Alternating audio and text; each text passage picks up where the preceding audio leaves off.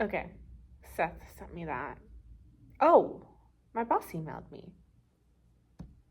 Please take this employee survey. And there's a link. Okay. No! No! My crypto beanies. Gosh, my retirement was invested in those. What went wrong here? Oh, my boss emailed me. Please take this employee survey. And there's a link. Okay. Lex is falling victim to the appeal of authority bias. She sees an email, which she thinks is from her boss, asking her to do something, and because it's her boss and authority, she feels like she has to do what he says. And then... No! No! My crypto beanies. Gosh, my retirement was invested in those. So, what can Lex do differently? Hello? Hey, boss, did you send me this email just now about the employee survey? I just wanted to make sure it's from somewhere different. Yes. Okay, amazing. Thank you. Thank you so much. Sorry to bother you. No! No! My crypto beanies. Gosh, my retirement was invested in those. So, Lex tried to call her boss, and he said he sent the email. What happened? Well, she called her boss using the phone number provided in the phishing email. She needed to have looked up his number in her office directory. Even then, the hacker may be able to clone her boss's phone. If it's important enough, Lex may want to reach out over a secure communications channel. So how does this work? It's called the appeal to authority bias. When a person faces an authority figure, people will sometimes depart from rational analysis and critical thinking. Attackers try to exploit people's deference toward authority by imitating corporate, academic, or governmental officials, which people often feel the urge to accept. Let's try another scenario.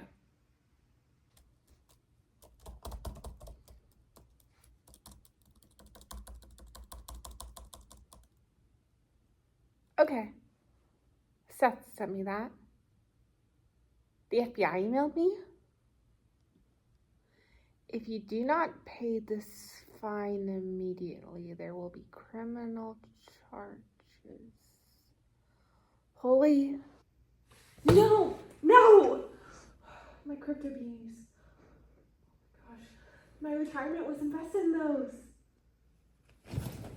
This is a result of what's called the appeal to action bias. This works by an attacker asking a user to take some action in a way which often includes a sense of urgency, like in this case, the consequences of facing criminal charges. People in high crisis situations, like this one, have an impulse to act even if they don't have the information necessary to make a good decision.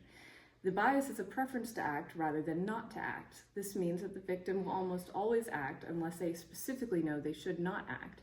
So because Lex felt like she had to act, she clicked on the link without taking a step back and evaluating the situation and verifying that the FBI actually sent the email.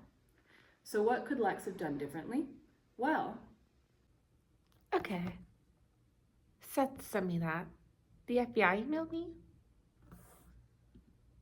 If you do not pay this fine immediately, there will be criminal charges. That doesn't sound right.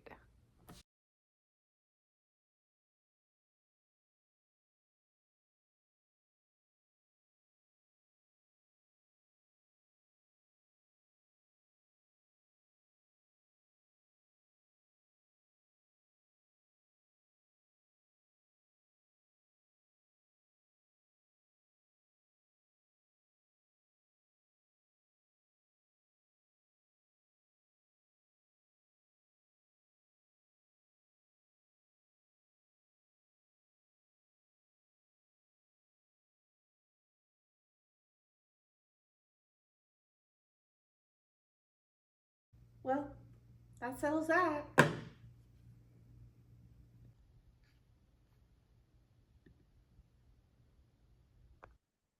Hey, it's Lex here. Luckily, I didn't fall for the phishing attacks and I'm all right. But I'm gonna walk you through a little additional things on psychology and cybersecurity. First, there's bias towards action, which you saw in the video with me and the email from the FBI. A common example would be a phishing attack. For example, if you get an email that says, hey, your account has been hacked and you need to fix it right away. Here are the steps. Here's a link to fix this. So the attacker uses humanity's bias against them, where there's a preference to act rather than not to act. So people act even if they don't have all the information available because they feel this pressure um, to act. And so it's an essential basic function to have like a preference to act because it's impossible to evaluate every single scenario that could go wrong. And especially in a situation where you're more inclined to act, you might not think through every possible situation, especially when it's an email from the FBI telling you that you're going to face criminal charges. Um, which also happens to coincide with a bias towards authority, which is the example with Lex and her boss being the authority. Another common example would be like a phishing attack. Say the IRS emails you saying that you did your taxes wrong and you could be subject to like, criminal charges. Um, Having the IRS sending that to you, or your boss sending that to you, or the FBI sending that to you is a bias towards authority because you see those entities or people as authority figures. And so, again, the attacker uses humanity's bias against them, a deference to authority. And that emotional response isn't always rational because when you have an authority telling you that you're doing something wrong, um, you get the feeling that you are in trouble. And so sometimes you're not able to think rationally when you're faced with that kind of situation. How it actually works in practice. While Lex in the video is able to take a step back and call like her boss, even though in that situation it didn't work, or call the FBI and make sure that the like email is actually legit and like figure all of that out. Sometimes people are not able to do that because there's pressure from the time frame. Say that her boss needed that within like the next 5 minutes and her boss was in a meeting and she couldn't get her boss on the phone. So sometimes like calling your boss isn't always an available option. So people will click the link anyway. And even then, there's efficiency issues. Every time you get an email that looks like it's from your boss, are you going to call your boss and ask them, oh, did you send this email? So um, it might be hard to work that out in practice because if you're constantly calling your boss for every email that they send, the company's probably not going to get a lot done. And then there's emotional fallback. People always don't always think rationally under the stress, so they don't think, oh, I should probably call my boss to make sure that this email is legit and actually came from them.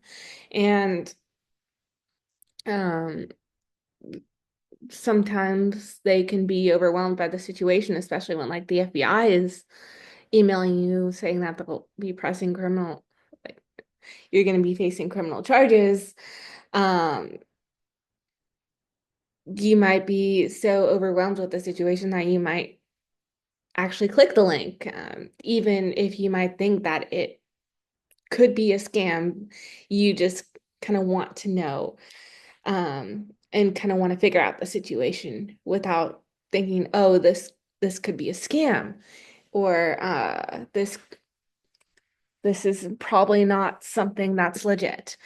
And then there's visual emotional responses that promote trust in like the email itself. So like if like the emails from the FBI having like the FBI logo on the email, or when the email comes from the boss, having like the logo of the company or like an email signature. And so having those like there's visual emotional responses that come with that, that kind of the person infers that, oh, this is probably like something that is trustworthy.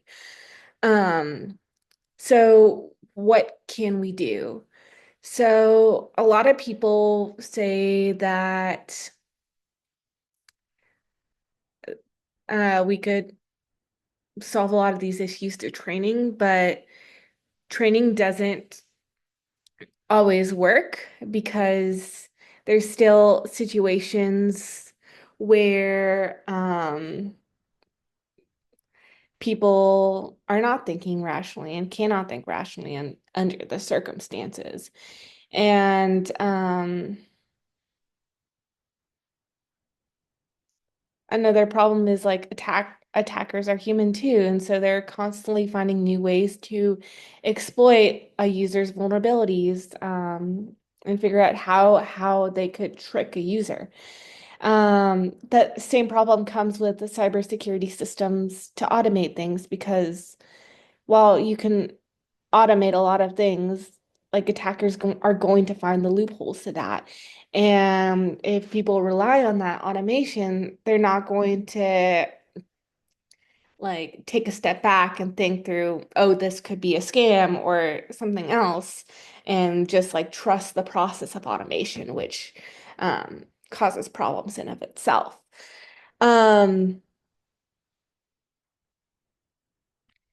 One potential solution is modes that assume that users will not behave rationally. So having systems in place that instead of believing that the user will act like rationally under the circumstances, having like safeguards in place, and assuming that sometimes people will panic. So an example would be like a fire gate, so people don't run into the basement. It doesn't actually stop anybody from like physically running into the basement, but it like offers some sort of visual cue not to run into the basement. So the example goes to like, don't panic, to keep people from panicking. Um, to have that like one last safeguard. Another thing would be for systems to assume mistakes. While like people are always going to make mistakes, so having a system that like can detect failures and like is ready when that happens is another useful thing that can be done.